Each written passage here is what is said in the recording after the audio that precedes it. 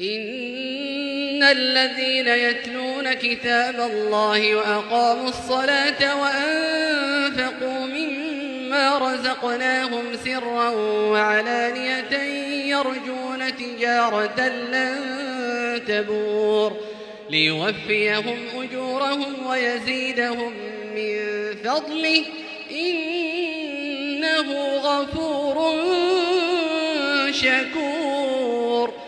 والذي أوحينا إليك من الكتاب هو الحق مصدقا لما بين يديه إن الله بعباده لخبير بصير.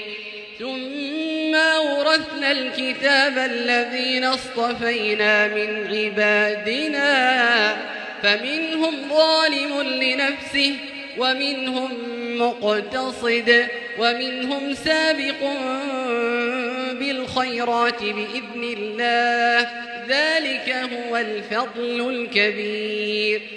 جنات عدن يدخلونها يحلون فيها من أساور من ذهب ولؤلؤا ولباسهم فيها حرير.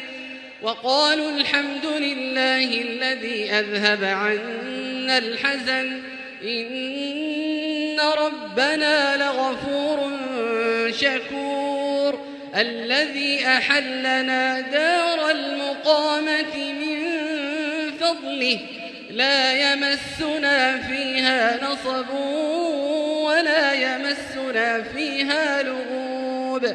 والذين كفروا لهم نار جهنم لا يقضى عليهم فيموتوا ولا يخفف عنهم من عذابها كذلك نجزي كل كفور. وهم يصطرخون فيها ربنا أخرجنا نعمل صالحا غير الذي كنا نعمل أولم نعمركم ما يتذكر فيه من تذكر وجاءكم النذير فذوقوا فما للظالمين من نصير.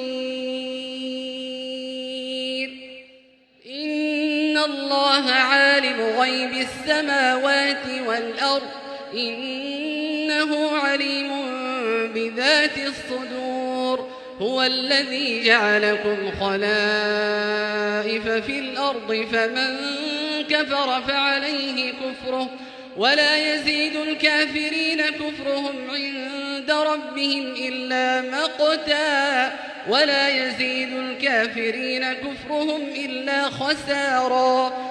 قل أرأيتم شركاءكم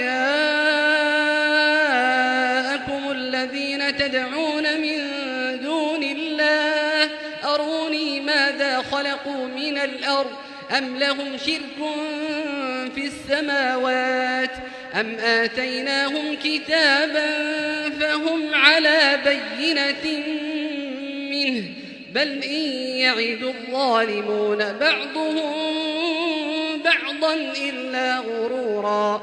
إن الله يمسك السماوات والأرض أن تزولا ولئن زالتا إن أمسكهما من أحد من بعده إنه كان حليما غفورا. وأقسموا بالله جهد أيمانهم لئن جاءهم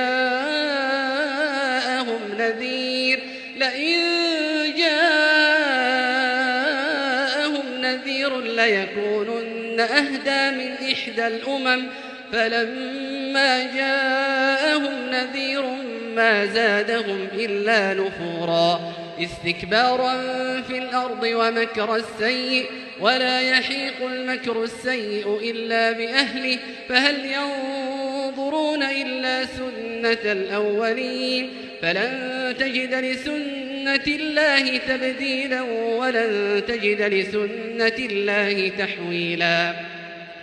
أولم يسيروا في الأرض فينظروا كيف كان عاقبة الذين من قبلهم وكانوا أشد منهم قوة وما كان الله ليعجزه من شيء في السماوات ولا في الأرض إنه كان عليما قديرا ولو يؤاخذ الله الناس بما كسبوا ما ترك على